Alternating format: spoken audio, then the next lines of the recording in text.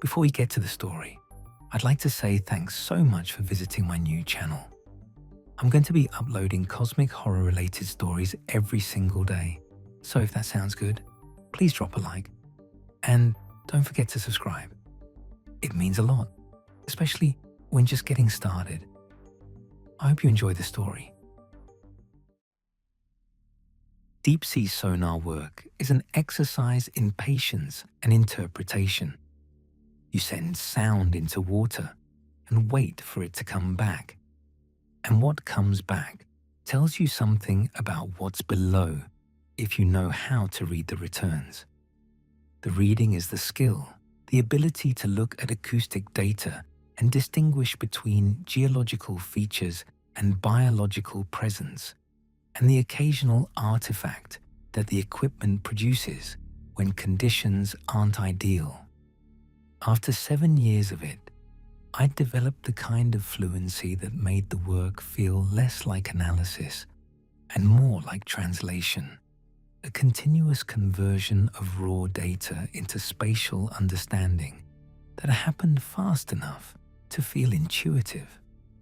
I was on the Renwick Cross, a research vessel contracted to a university consortium for a mid-Atlantic seafloor mapping project. The kind of work that sounds esoteric until you consider that humanity has better maps of the lunar surface than of the ocean floor below 4,000 meters. The project covered a corridor of seafloor roughly 300 miles wide, running north to south across a section of the mid-Atlantic that had never been systematically surveyed at high resolution. 12 weeks of survey time, a grid pattern of transects that the vessel would run at survey speed, while the multi-beam sonar built a picture of the bottom one swath at a time. The expedition's lead scientist was a man named Overts, a marine geologist whose professional enthusiasm was the genuine kind, the kind that hadn't been worn down by grant cycles and administrative overhead into the performative variety.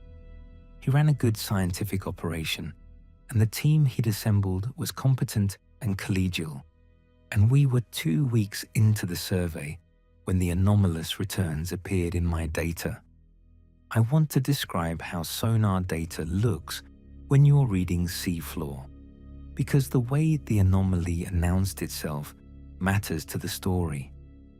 Normal deep seafloor at the depth we were surveying presents a relatively consistent acoustic return, varied by the geological features of the bottom, ridges and valleys and sediment fields, and the occasional hard outcrop that returns differently than the surrounding soft bottom. You develop an eye for the geological vocabulary of a region quickly, and the mid-Atlantic ridge country we were working had a readable geological character that I'd calibrated against in the first week. The returns from the anomalous area didn't read as geology. They read as geometry. Right angles don't occur in seafloor geology at the scale I was seeing them. Parallel lines at consistent spacing don't occur in seafloor geology. Radial patterns emanating from a central point don't occur in seafloor geology. All three of those things were in the data coming back from a section of seafloor roughly 40 miles south of our current transect position, building into the map as the vessel's course brought the sonar coverage incrementally closer to the area. I ran a quick artifact check and found nothing wrong with the equipment. I ran the data through the standard geological feature classification, and the software flagged it as unclassifiable, which was its way of saying that what I was looking at didn't fit any category in its training data. I sat with it for a few minutes, and then I went and got Overts. He looked at the data for a long time without saying anything, which for Overts, who was a person who narrated his thinking out loud as a default, was its own form of communication. Then he redirected the survey transects to cover the anomalous area systematically, which was a deviation from the project plan significant enough to require a note in the expedition log, and we spent the next 2 days building a complete sonar map of what was below us. The scale became clear incrementally, which was its own particular quality of revelation, each new swath adding to a picture that kept being larger than the previous swath's data had suggested. By the end of the second day, we had coverage of an area roughly 30 miles across, and the structure field within that area was organized in a way that left no ambiguity about its nature. It was a city. The word felt wrong to use, felt too small or too familiar for what the data was showing, but it was also the most accurate word available. Radial avenues extending outward from a central structure, grid pattern subdivisions between the radials, consistent block dimensions that implied standardized construction across the entire area, and at the center, a structure larger than everything surrounding it, that the sonar returns characterized as considerably taller than the surrounding buildings. A downtown, in the most literal sense of the concept, a densification of structure at the geographic center of a planned settlement that extended outward in organized patterns across an area larger than most modern cities, at a depth of 4,200 meters, in the middle of the Atlantic Ocean. Overts came to the sonar station repeatedly over those 2 days, watching the map build, and his professional excitement was real, and I could see it, and I also watched it shade into something more complicated as the scale and the regularity continued to accumulate. By the end of the second day, he had stopped narrating his thinking out loud entirely, which I had never seen from him before, and he spent the evening in his cabin with the completed sonar map and came out the following morning having made the decision to deploy the ROV. The Renwick Cross carried a deep-rated, remotely operated vehicle, a serious piece of equipment capable of operating at the depths we were dealing with, and the ROV deployment took most of a day to prepare and execute, the vehicle descending on a tether, while its cameras sent live footage back to the control room, where most of the expedition's scientific staff had gathered. The descent footage showed nothing unusual until the vehicle reached the sea floor level, and then the lights came on and the structures were there, and the control room went quiet in a way that I have not experienced before or since in any professional context. Not the quiet of people being polite or attentive, the quiet of people who have stopped having words for what they're looking at.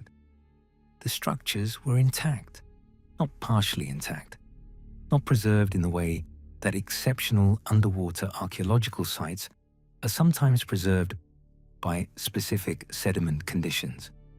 Intact in a way that 4,000 meters of water pressure and whatever number of thousands of years of submersion the depth implied should have made physically impossible.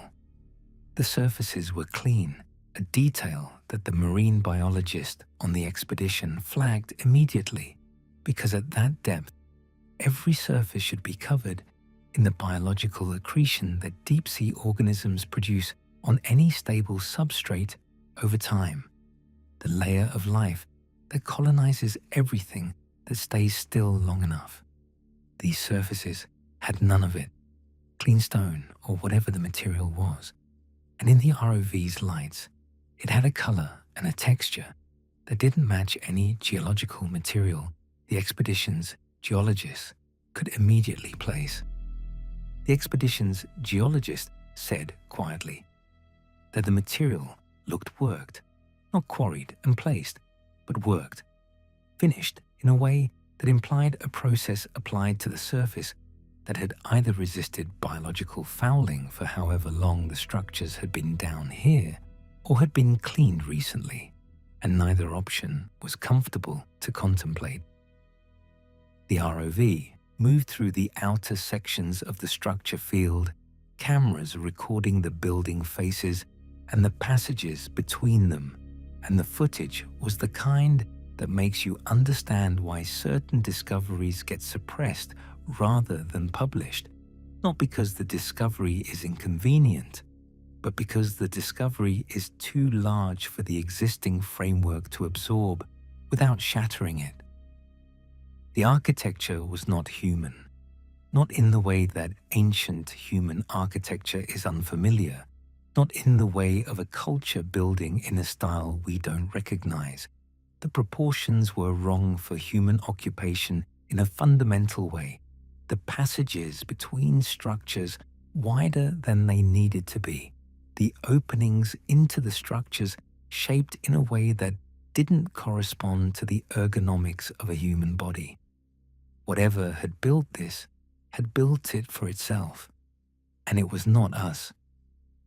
I was at the sonar station when the movement first appeared in the footage, watching the secondary monitor that carried the ROV feed, while I continued the background survey work on the primary system. The marine biologist caught it before I did, called out from across the control room, and by the time I looked up, the ROV camera had moved on past the passage where she'd seen it. We reviewed the footage, and the movement was there, in the recording, in one of the deeper passages between the larger structures in the grid section the ROV had been traversing. Not current moving debris. Current at that depth had a characteristic behavior that every person in the control room had enough deep sea experience to recognize, and this wasn't it. Directional, purposeful movement. Something passing through the passage in a direction and at a pace that implied agency rather than the passive response to water flow that debris showed. The resolution at that distance wasn't sufficient to characterize what was moving, only that something was, and that it was doing so deliberately.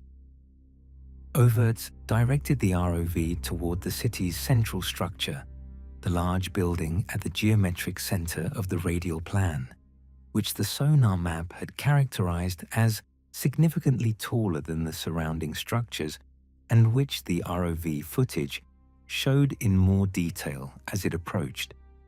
The entrance, if that was the right word for the opening in the structure's base, was large enough for the ROV to enter with room to spare, and Overts made the call to send it in. The interior footage lasted 11 minutes before the feed cut. I was watching it when it happened, and I want to be precise about what the 11 minutes showed, because I've gone over it in memory enough times to have confidence in the details.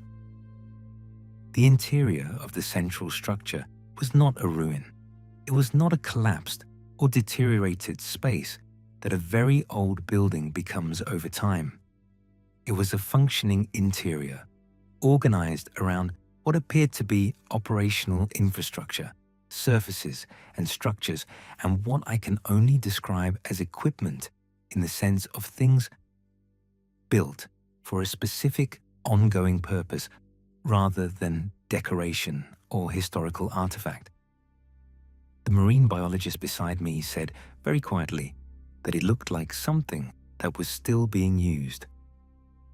The ROV lights illuminated something in the structure's upper interior in the final seconds before the feed cut that was large enough that the camera couldn't capture its full extent within the frame. It was not geological. It was not debris. It was oriented toward the ROV in the specific way that living things orient towards things that have entered their space, and in the moment before the feed went dark, it moved in a way that covered the remaining distance between itself and the camera faster than I was prepared for. The ROV surfaced 2 hours later, recovered on its tether. The vehicle was intact and functional. One of its 4 camera housings had been opened, the external fasteners removed with a precision and a purpose that mechanical contact with the seafloor couldn't account for. The camera inside was undamaged. The housing had been opened and closed, the fasteners replaced by something that understood the mechanism well enough to operate it without damaging it. Something had looked inside the camera to see what was looking at it. Overts filed the discovery report through the consortium's official channels within 24 hours of the ROV recovery, which was the correct procedural response and the last moment in which the situation resembled a normal, scientific discovery. The response that came back from the consortium's oversight structure arrived faster than any scientific review process could account for, and it was not a scientific response, it was a logistical one. The vessel was directed to complete its current position and return to port ahead of the survey schedule. The data was to be transferred to a specified federal archive upon arrival, and crew communication about the survey's findings was to be limited pending a debriefing process that the directive described in terms that I recognized as the language of classification rather than the language of science. We were debriefed in pairs in a hotel conference room near the port, a process that lasted 2 days and that covered the data we'd collected and the footage we'd seen and the condition of the recovered ROV in more technical detail than I'd expected, suggesting the people running the debrief understood what they were asking about. I asked one of them whether this had been found before. He told me the question was outside the scope of the current debrief. The public record of the Renwick Cross expedition shows a completed mid-Atlantic seafloor mapping survey with findings consistent with known mid-Atlantic geological features. The scientific papers that Overts had been planning to write were never submitted, which I know because I followed his publication record for 2 years after the expedition, and his output in that period was entirely unrelated to deep-sea geology. The city is still down there, 4,200 meters below the surface of the Atlantic Ocean, in the middle of an ocean that the surface world crosses daily in ships and planes without knowing what's below them. The structures are intact and the passages are clean, and something moves through the deep streets of it with a directionality and a purpose that has nothing to do with ocean current. It has been down there for longer than human civilization has existed on the surface above it. Whatever built it and whatever still inhabits it has had that entire span to exist in the deep water while we developed on the surface, and the ocean between us has been sufficient separation until recently, when our instruments became sensitive enough to see through it. The camera housing was opened from the outside by something that understood its mechanism. That's the part I keep returning to, not the scale of the city or the impossibility of its preservation or the movement in the passages.